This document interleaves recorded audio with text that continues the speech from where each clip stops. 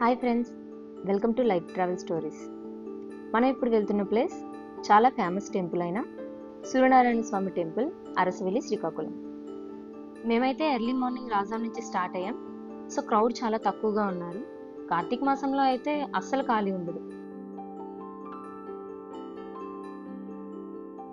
First bike park చేసేసి కొబ్బరికాయలు తీసుకొని అక్కడి నుంచి నేరుగా కోనేటి దగ్గరికి వెళ్ళాం. ఇక్కడ కోనేరు పక్కనే కళ్యాణకట్ట ఉంటుంది. పక్కనే ఉన్న కోనేటిలో స్నానం చేసి దర్శనంకి వెళ్తారు. ఇక్కడ ఉన్న ఈ చెట్టును చూసారా? ఇది చాలా పురాతనమైన చెట్టు. ఈ చెట్టు మొత్తం గబ్బిలాలతో నిండిపోయింది చూసారా? ఎర్లీ మార్నింగ్ కావడం వల్ల దర్శనం చాలా ఫాస్ట్గా ½ అవర్లో అయిపోయింది. ఫోన్ అలౌ లేకపోవడం వల్ల టెంపుల్ ఇన్సైడ్ షూట్ చేయలేకపోయాం.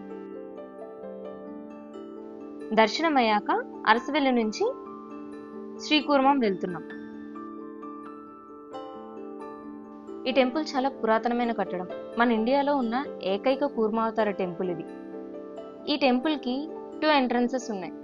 ఈ గుడిలో ఇంకో ప్రత్యేకత కూడా ఉందండి. 2 ధ్వజస్తంభాలు ఉండడం ఇక్కడ ప్రత్యేకత. అంతేకాదండి, ఇక్కడ మనం తాబేళ్లు కూడా చూడొచ్చు. ఎన్నో వందల ఏళ్ల వయసున్న తాబేళ్లు కూడా ఇక్కడ ఉన్నాయి. టెంపుల్ బ్యాక్ సైడ్ లో కోనేరు ఉంది. ఇక్కడ పిండ ప్రదానం, దోష పరిహార పూజలు కూడా చేస్తారు. మీరు ఎవరైనా చేయించుకోవాలి అని ఇంట్రెస్ట్ ఉంటే దానికి కావాల్సిన అన్ని వస్తువులు అక్కడే అవైలబుల్ గా ఉంటాయి.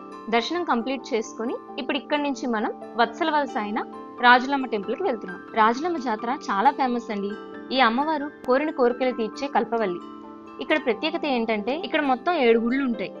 మనం ఫస్ట్ ఏ టెంపుల్ కి అయితే వెళ్ళామో మళ్ళీ సేమ్ టెంపుల్ కే వెళ్ళాలి. ఇక్కడ నుంచి ప్రసాదం కూడా ఇంటికి తిరిగి తీసుకువెళ్లరు. ప్రస్తుతం రాజులమ్మ జాతర జరుగుతోంది. ఈ టెంపుల్ కోసం మీకు ఎవరికైనా తెలిస్తే కమెంట్ చేయండి. Thank you for watching. Please like, share and subscribe to Life Travel Stories.